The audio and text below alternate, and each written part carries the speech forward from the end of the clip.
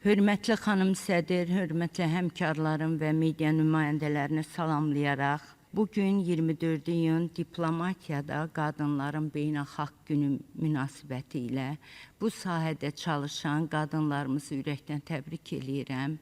Azərbaycan xalqı, qadını, özəlliklə öz adını bu diplomatiya sahəsində tarixə qızıl hərflərlə yazdırıb, Ağqoyunlu hökmdarı Uzun Həsənin anası Sara Xatunla başlayan bir diplomatiya tariximiz var və bugün də davam etməkdədir. Mən bu əlamətlər gün münasibəti ilə diplomatiya sahəsində çalışan bütün fədakar və güclü qadınları ürəkdən təbrik edirəm. Fəaliyyətində məsuliyyət, zəka və dərin humanizmi daşıyan bütün qadınlarımıza işlərində uğurlar arzulayır. Bir neçə gün öncə təhsilimizlə bağlı, təhsil haqqında qanun müzakirə olunduğuna görə təhsilimizlə bağlı bir neçə fikirlərimi söyləmək istəyirəm.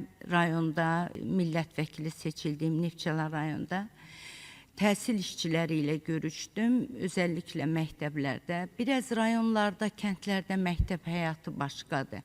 Şəhərlərdə bəlkə o qədər çətin deyil, amma hələ bir də uzaq kəndlərdə, məktəblərdə təhsil keçirilən, təhsil aldığı məktəblərin şəraitindən çox asılıdır. O ağır şəraitə rəğmən məni sevindirən bir cəhət oldu ki, bu il çox yüksək göstəricilər əldə etmiş orada bizim şagirdlərimiz müxtəlif universitetlərə ən yüksək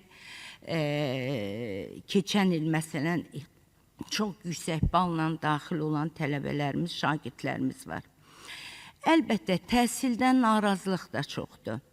Mənim qətiyyən belə bir fikrim yoxdur ki, qarşılıqlı polemikaya girin və yaxud da narazılıq edim. Sadəcə, özəlliklə müəllimlərin mənə bəzi problemlərini söylədilər.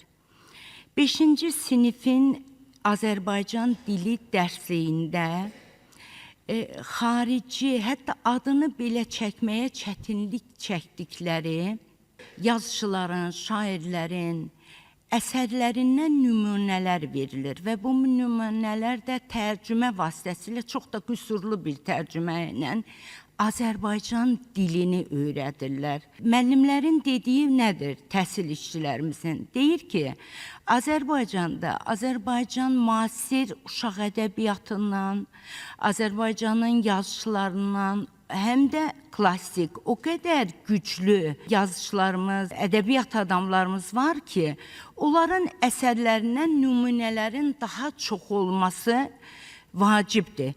Əlbəttə, xarici ədəbiyyat dərslərində zaten öyrədirlər, amma məsələ əgər Azərbaycan dilindən gedirsə, bu dildə ədəbi nümunələri göstərmək lazımdır. Nümunələrdən misallar gətirilə bilər.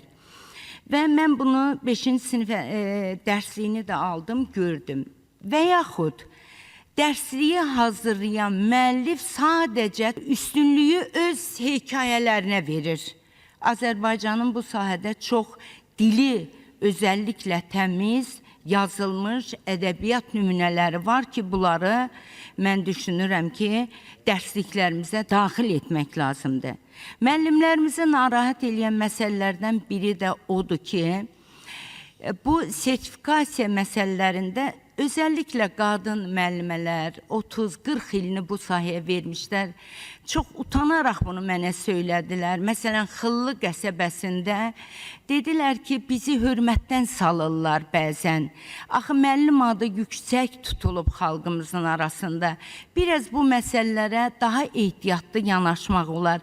40 ilin müəllimini əgər imtahan edirik adı altında kənarda qoyarsansa, o müəllimə hörmət istiyorlar.